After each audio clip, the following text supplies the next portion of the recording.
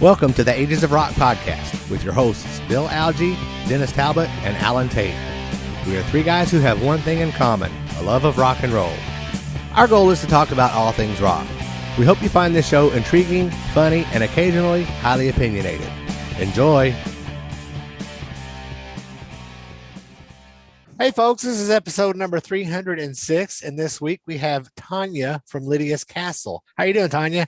Hey, thanks for having me. For those of y'all who are just listening, we just got the double horns. Nice. Two is better than one. That's right. So tell us a little bit about what you got going on, Tonya. Yeah, so we are honestly just getting geared up. We have our EP release show on Friday.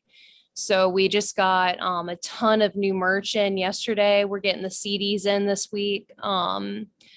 We ordered all white XLR cables for just like a new kind of stage presence look.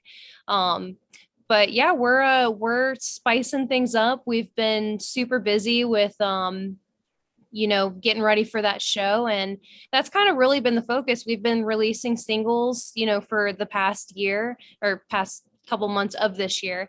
And we're super excited to just release all the songs to the world. And for those that are listening, she said it was going to be out Friday. And by the time this episode comes out, it came out last Friday. So. Oh, well, I don't want to ruin it for you, but only the physical copies come out on Friday. So the digital version of the EP comes out on Friday, June 3rd. Right on. Yeah. Cool. Nice. Good deal. Are you making any vinyl with that? Or are you just doing CDs right now? Yeah, so the plan is to make vinyl. That's really hot right now. So vinyl's like back ordered 6 months to get it in. But we are only doing 100 exclusive CDs. And they're like the old school ones. Like they have the full liner notes in them, exclusive artwork and photos and the lyrics and the thank you. So we really kind of went, early 2000s with making the CD like really a work of art, Should have went way back to the 90s and made the cardboard long boxes to go with them. That's before my time. Just no idea what you're talking about. No. That's so you couldn't run out of the store and stick it in your pocket. They were keeping you from. It's funny. I thought that was so you felt like you were getting a record, but you really weren't. Then they went to those plastic things, that they would pop out. Remember? They went to the hard I remember plastic. those. I'm going to tell you what, I'm old enough that I remember when my dad would buy an 8-track, they had those in those long boxes and the plastic things. Yeah. And if you went to Kmart, you had to put your hand in the hole, get it out. But it wouldn't come out. But you couldn't get it out. You had to get somebody to come help you. I remember tapes. It was the same concept. Do you remember Kmart, Tonya? I remember Kmart and Babies R Us. Oh, and there we go. For us. Sweet. That's funny. That is funny. So tell us. Go ahead. Go ahead, Dennis. No, I was saying you guys are. So with the CD, are you going to be going out and promoting, like, go from Nashville and then start working your way out, or what's going to happen with that? Yeah, so our home base is Nashville and St. Louis. Cody, who plays guitar in the band, that's also my husband, and we met in St. Louis before moving to Nashville. And so between both of those cities, we plan on spreading out to, there's a lot of places in Tennessee to play, like Chattanooga and Memphis and Knoxville and Clarksville. We even thought about going up to maybe like Ohio, Kentucky, those start regionally. But we'll have somebody at our show who has been doing all of the video work for Lydias Castle, and he's going to record us live. And then with that, we'll make packages that we'll send to different kinds of management, booking companies, different venues, and then we'll just start branching out from there. But we really kind of wanted to wait until we had the CD and the product together first in order to start pitching people. So that's the plan. How long have you been working at this to get to this point? How long has it been? It's been 2 years. 2.5 years. Yeah. It's kind of blurry with COVID. During COVID, that's kind of when Cody and I sat down and we said, hey, we're both musicians. We've known each other since we were 18. Why have we not ever written anything together? And then we started to during COVID when we had the time, and the music just started flowing out. And then at the end of COVID, when the world started opening up again, we had like 30 songs that we had wrote together. And then we started finding other members to be in the band. And then that's when we met John Wysocki, who is previously the original founding member and drummer of Stained. And he loved the music, and he said, hey, I want to be a part of this. And so for the past year of playing shows, it's just kind of been the Three Musketeers. It's just been us three, and we've been playing shows. And once we finally got music recorded and started putting out videos and stuff, that's kind of where we started looking for our bass player. That's kind of where we found somebody. And yeah. The drummer, did you find him in Nashville or St. Louis? No, here in Nashville. Nashville, okay. Yeah, he we were jamming with another bass player at the time who said, hey, I know this guy and he's like in Nickelback or, whatever, and kind of joking around. And brought in John, and the bass player at the time, he just kind of didn't work out, but John really liked it and he wanted to stay. And we're all like, it's crazy. It's like we've known John our entire lives. Like he's out of town right now and I'm babysitting his cat. So I mean, we're outside of a band. The reason why we kind of took our time with finding a bass player was because, we're like family, literally. We will go to the movies together, we hang out, we're really more than just like going and playing a show and rehearsing 3 times a week and whatever. So we wanted to find somebody where like the chemistry was going to be there, and he was going to be just more than just like another person in the band, Right. Because we talked before we got on recording. I was watching your videos today and was looking at Falling Into Place, and recognized the bass player. That was Jamie Mallard, who he's been on our show before a long time ago. The pink bass man. So I saw it. It's like you can't not see that and go, oh, I know, because he's so unique. But you said he stands out, you used him. You said you used him quite a bit, or for a while, and then with other. But like you said, it's hard to just keep people because they got so many other things. Yeah, like Jamie, Jamie was like our go-to for like our hired gun, as far as like, when we needed somebody to fill in for bass for shows. And he just, he plays with Mark Slaughter and he's like super busy and whatnot, but yeah, you really can't miss him in the videos. He's like, he's a very distinct looking guy. But no, he's a sweetheart. We love Jamie. That's good. I hadn't really listened to your stuff that much, and then like I said today, then started really going through the videos and watching it, and I do like your sound a lot. I think the your husband is a great guitar player. I mean, I think the riffs that he does and the leads, I really liked it. I've said I went through them all day, was listening to it, and every one of them's got a catch to it, a real good hook. So yeah, that's the thing about the EP is he was able to kind of like shine a different side of him on each song. Every song is very different on the EP, and it was purposely like that, where it does have a sound, but if you like something more like melodic and ambient, or you like something more like Skid Row, Slave to the Grind, there's something that everyone can kind of jam to and bounce their heads to. We have a song that's on the album. It's really stripped down, and it's kind of like, do you guys know the band Royal Blood? Mm-hmm. Yes. Yeah.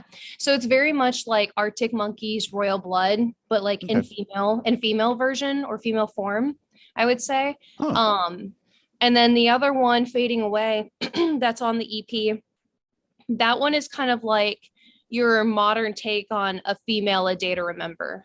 Or Bring Me the Horizon. It's very like, it's one of the heaviest songs that we wrote. Yeah, Royal Blood was something that we have a college station that plays kind of alternative music, and I heard a couple songs off there, and then the band that I was playing in a couple years ago, we started playing a couple of their songs, and I really, it's one of those. Not a lot of people has heard about them, but they are unique. I love that band. I drove literally from like St. Louis to Cincinnati and back just to go see them play in concert. And Wow. I think it's amazing that they're just like a two-piece and they're creating just this awesome sound out of them. Yeah. You know. But ours is just like it's very much like that. So once you guys actually hear the EP, I'd be curious to see what you guys think about that song particularly. Yeah, can't wait to hear it. Speaking of the EP, would you describe some of the music and talk about the song titles and such? Yeah, sure. So we'll start with the first one we released in February. That one is called Phoenix. And I actually wrote that one like right on this couch that I'm sitting on right now.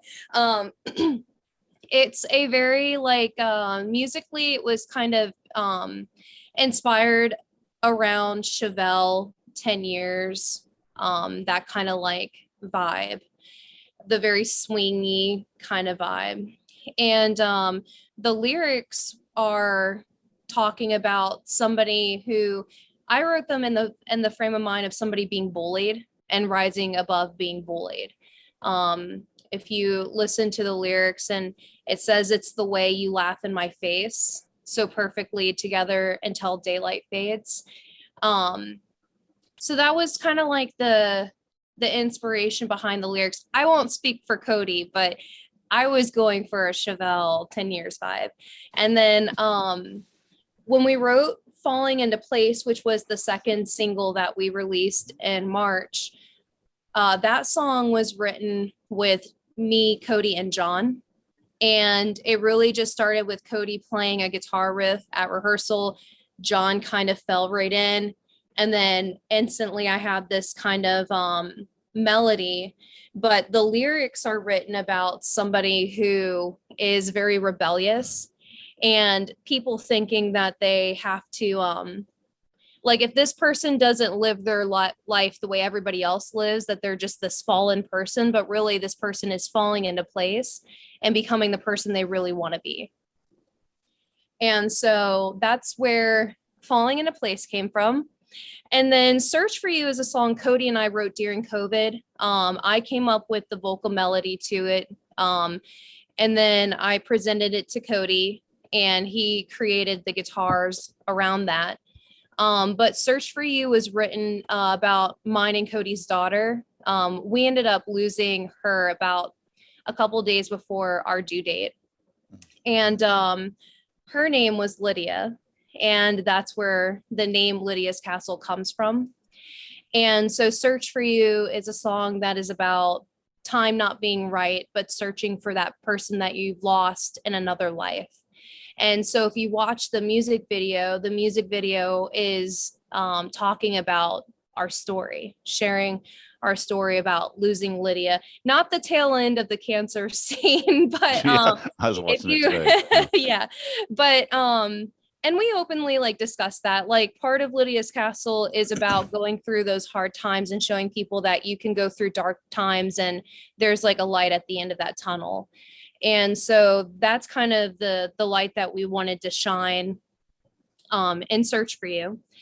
And then, like I was saying, the other two songs on the EP is Fading Away. And that song is about, I feel like every band or songwriter just has that one song where it's like, you're just kind of telling somebody off. Like, it doesn't matter what you say, I'm going to just rise above it, whatever.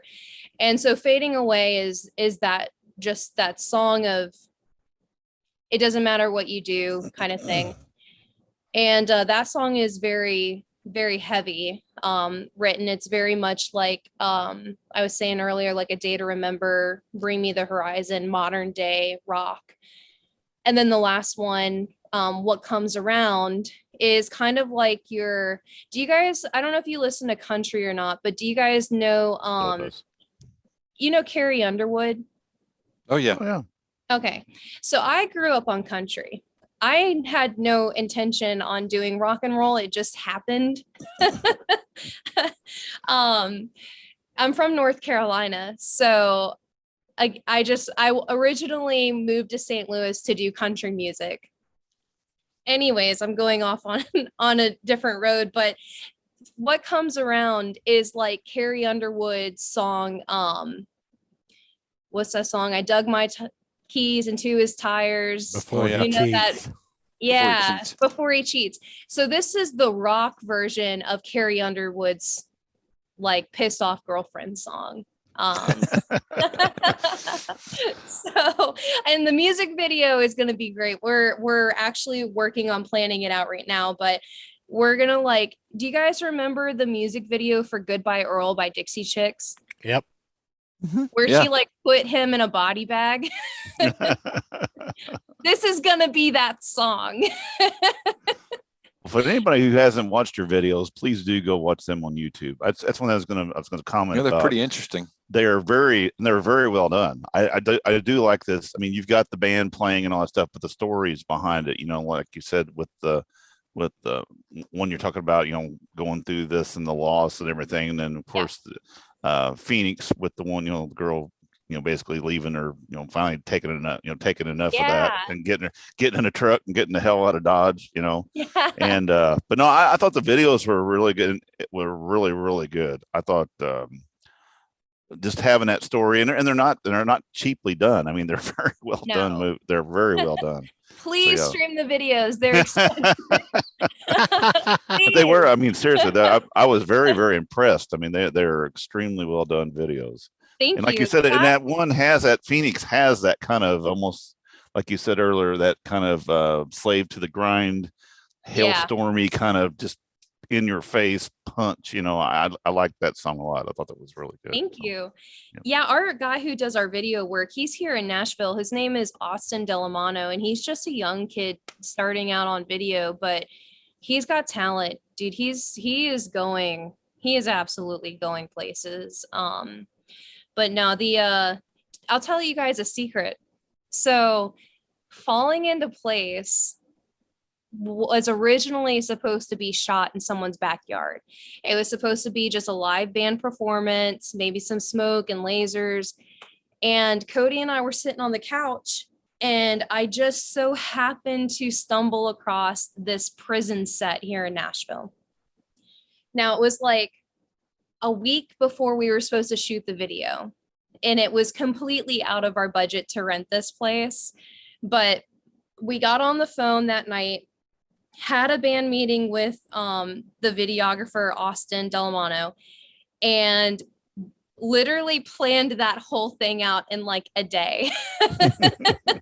And I don't know if you guys have ever had to get like 15 people together in like a day to like, you know, do a music video. So it was, and we did it in like 6 hours, which is insane. So originally it wasn't supposed to be a prison set kind of theme, but you know, we thought that it works really good. We were like, man, we need to do something that like not a lot of people are doing. Like Phoenix was a really big hit. Like we just need to keep going up. And that's when we were like, let's just do it. And so we did it, and it got like 20,000 views in a couple weeks, and people loved it. So I guess we didn't do something wrong. Yeah.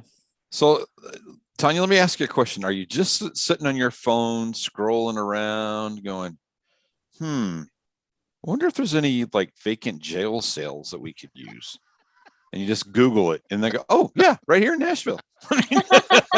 No, there's this company I came across called Warren Studios, and the guy owns like, I don't know if it's vacant or not, but it's like a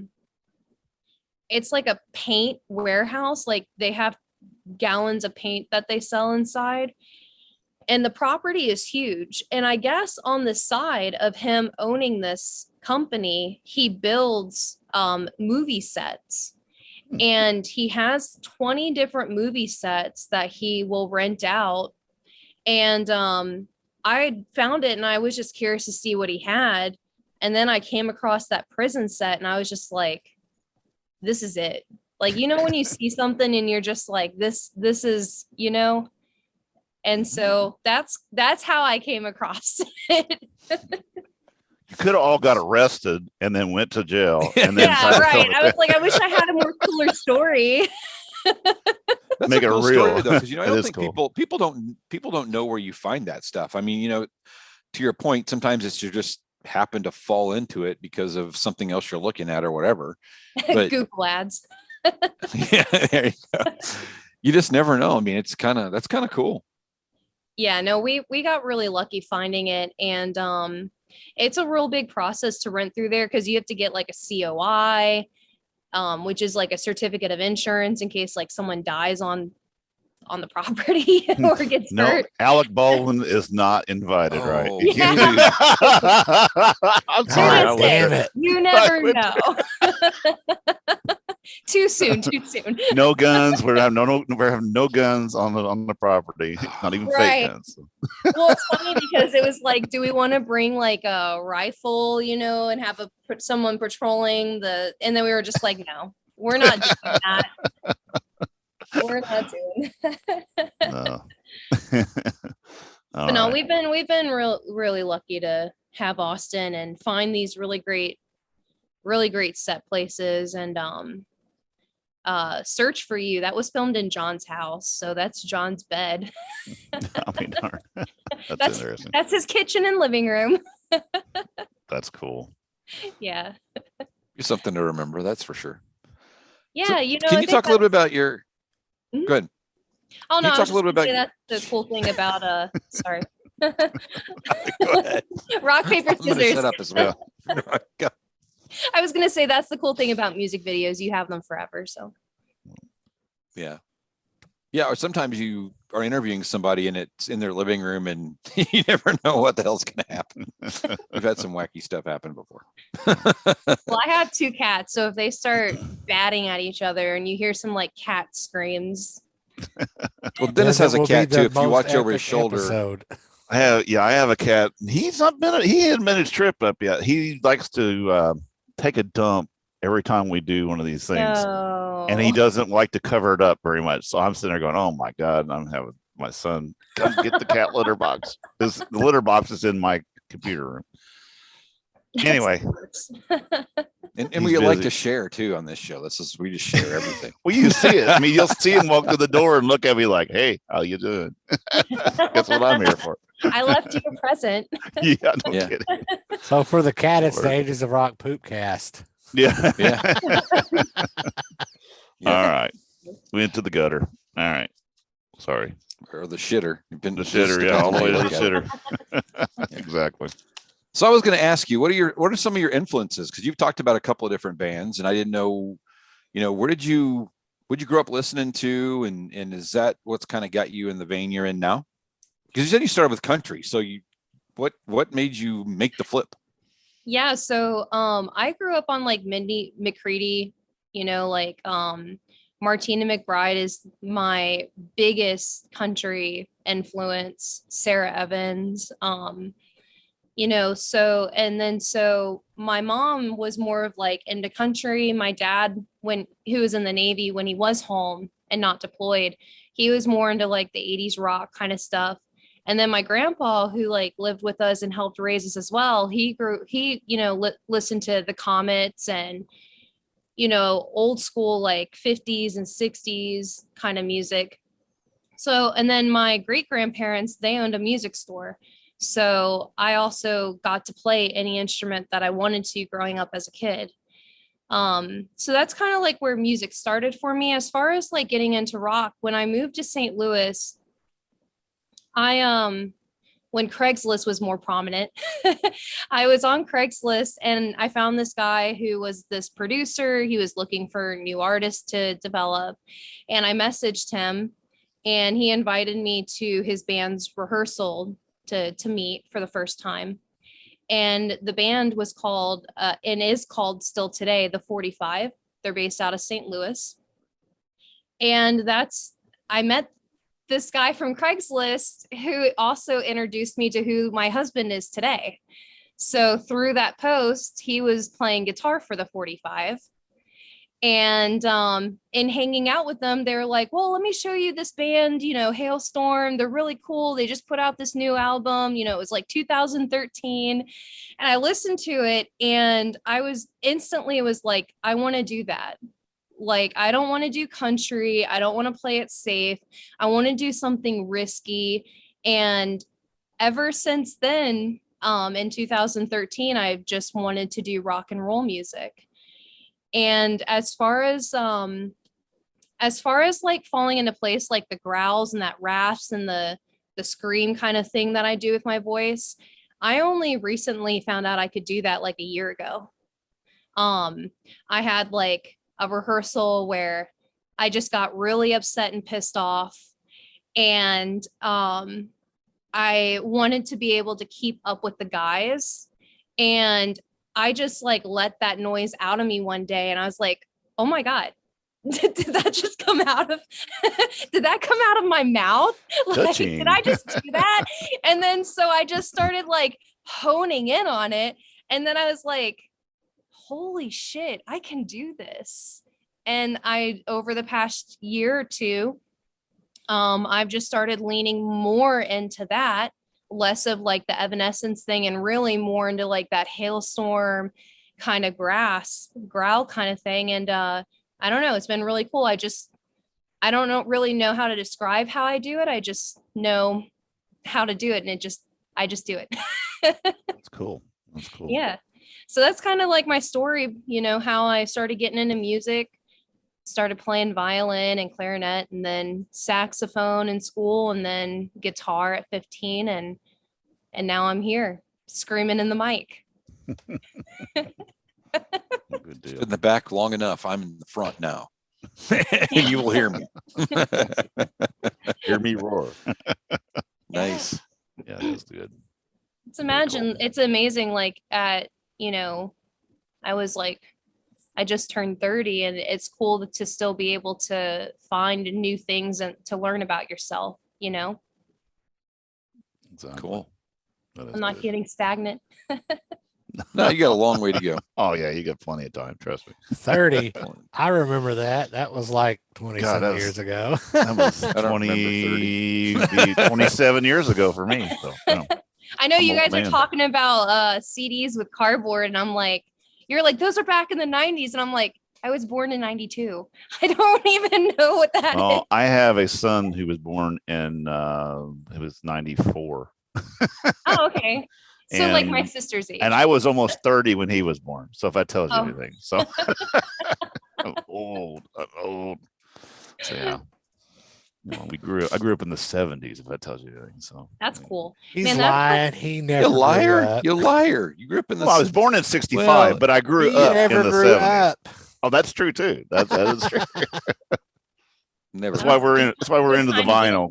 alive. We're with the old school, the vinyl stuff. That's Some what of we us like. are. Alan isn't old enough to Alan get the doesn't vinyl do- yet. He Yeah, has he- to I get have a little older. vinyl. There you go. I have vinyl. I'm the exception to the rule because He's I'm anti-vinyl. anti-vinyl. He has vinyl in his house. That's it. Siding. Vinyl side. No, It sounds Actually, You I have your own own- collection. What are you collecting? I What kind own 2 vinyl records, and one of them I only got it because it was autographed. What 2 are they? The one that I have is Fraley's Comet's first album, and I found that at Rockin' Pod Expo, the very first one they did, and it Oh, had 2 cool. of the members had already signed it. And then a few years ago, the other 2 members ended up at the Indianapolis Kiss Expo, and the only reason that I went was because the drummer showed up. Otherwise, I wasn't going because that guy is like finding a unicorn getting his autograph. Yeah. So as soon as they announced that guy, I'm like, I'm taking my record up there. And then the other vinyl I have, one of our guests that we've had on a couple of times, Pump 5 sent me a vinyl. So now I have doubled my collection. Well, maybe like triple it. We'll just start sending you Lydia's Castle vinyl. There you go. There you go. I'll definitely have to get it. So since you guys like vinyl, this is kind of a cool story. Do you guys know who Cathy McDonald is? Cathy McDonald. No. Okay, Ronald I'm about McDonald's to sister. No, blow. I'm kidding. I'm about Ronald to McDonald. blow your mind. Now, Okay. now, but before you say anything, you come from the St. Louis area. Michael McDonald is from St. Louis. Any relation there? I don't know. Get on the Well, that Google, would've been Bill. Go cool if ahead you'd to have picked get that on the off, man. Google. I That'd don't. been badass. I'd been like, damn. Yeah, yeah. I'm like looking it up. I don't think so. No. Actually, I don't even know where she's from. Anyways, do you guys know who Janis Joplin is? Of course. Oh, yeah. Oh yeah. Okay. But we So- did not meet her, by the way. We're not that No. old. We did not meet her. We have not been to any of her shows. That was No. no. We're not that old. Well, that would have been really, really cool. We would have been kids. We could have, but we were little bitty, you know. If I went to Saucers. Woodstock, I would have been 4 years old. So I wouldn't have went. So Man, what a time to be alive. that was So good. Cathy McDonald was like the runner-up to Janis Joplin. And it was like Janis Joplin took off, but Cathy McDonald was like right behind her. And if you look up her song Insane Asylum, you can find it on YouTube. Now, in order for me to like get this record, because it at the time, like 10 years ago, it wasn't on YouTube, it wasn't anywhere online. So I actually had to purchase the record, and I had to get it shipped here from like Russia or Germany. And there was only like one that I could find. But anyways, if you can get your hands on one of those records or check out her music, I'm telling you, it is like insanely good music. Okay, so Sly and the Holding Company is on there. she died in 2012. She was discovered by Ike Turner, sang with Ike and Tina, and was eventually replaced. Janis Joplin is a front woman of the Big Brother and the Holding Company. Yeah. Oh, She was a background vocalist for Leon Russell, Joe Cocker, the Rolling Stones, Freddie King, and Oh my Long God, John she's so Baldry. good. Wow, I'm going to check her out. Wow. We got a history know. lesson from a youngin. She was We one of did. the She schooled us, Ikettes. kids. She was an Ikette. She's like, I'm done now. Over. Yeah. Good. Check it out. Interview over. That's interesting. Oh, cool. We always learn something. See, you're never too old to learn something. That's There you go. right. Right. No, Might be she's too old to amazing. retain the information. Yeah, I'll forget it tomorrow. I'm like, what the hell was that woman's name? Please McDonald? write it down. I wrote it down. Actually, you know what I do? Notebook. I'll there. screenshot my phone. That way it'll go into my pictures. And the Still song lose it. is the best one is called Insane Asylum. Insane Asylum. I'll Yeah. have to check that out. I would show you what the record looks like, but we're like in the midst of moving and everything is in boxes. So Oh, let me see once here. I'm going to do something here real quick. Go ahead. Talk Nice. amongst yourself. Talk amongst ourselves. We're good at that. So tell the audience again the release date for the physical product and the release date for the streams. yeah, so physical CDs are going to be at our show at the end on May 7th in Nashville, Tennessee.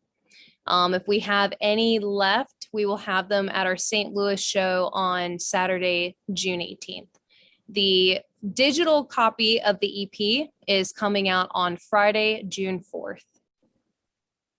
Right on. Cool. And tell the audience where they can find your website. So you can go to lydiascastle.com. We're like the only Lydia's Castle in the existence of Lydia's Castles. So when we like trademarked it, they were like, yeah, this doesn't exist anywhere. So Well, that's good. our SEO is real Wow. good. That is very good. Nice.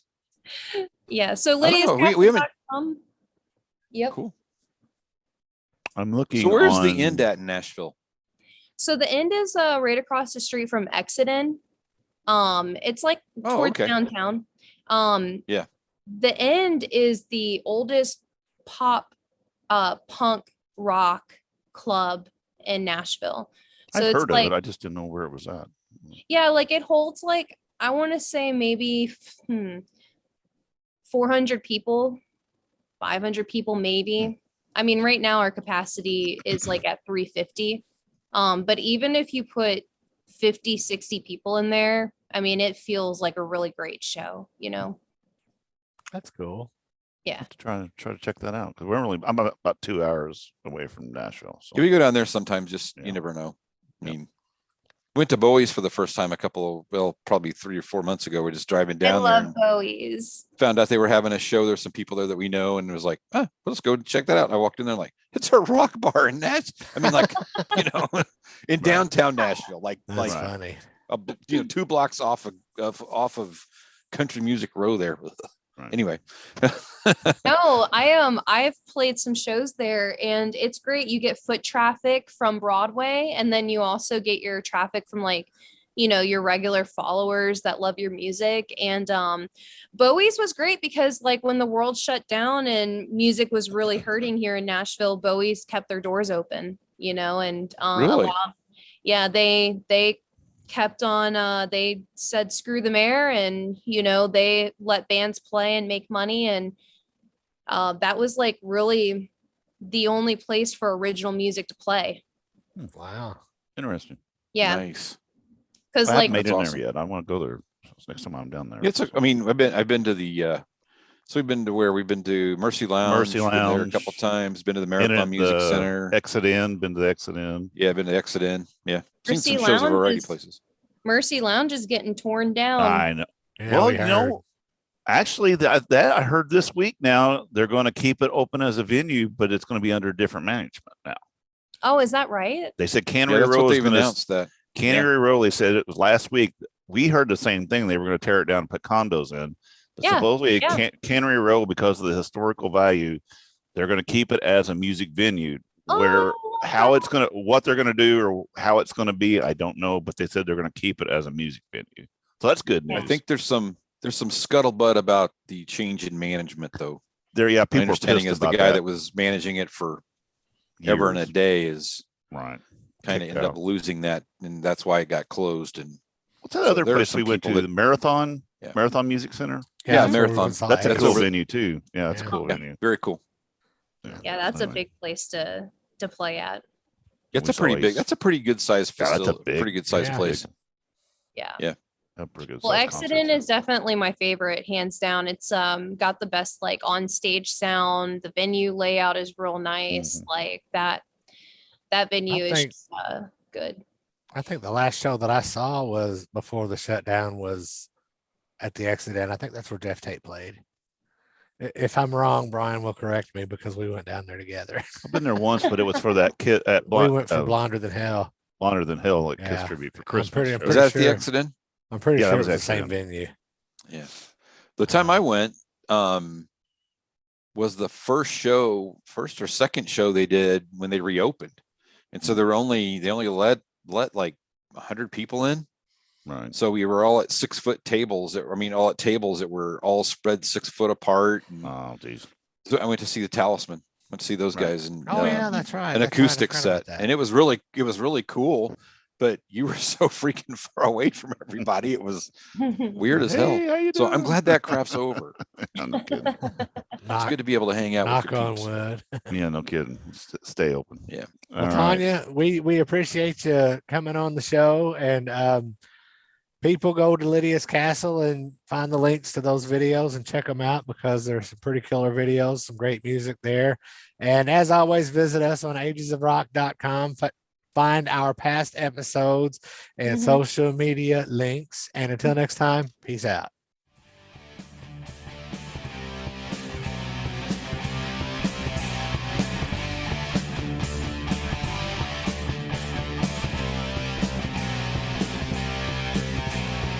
Thanks for listening to the Ages of Rock podcast. If you haven't done so already, be sure to subscribe to our YouTube channel, like us on Facebook, and most importantly, tell all your friends. Remember, you're never too old to rock.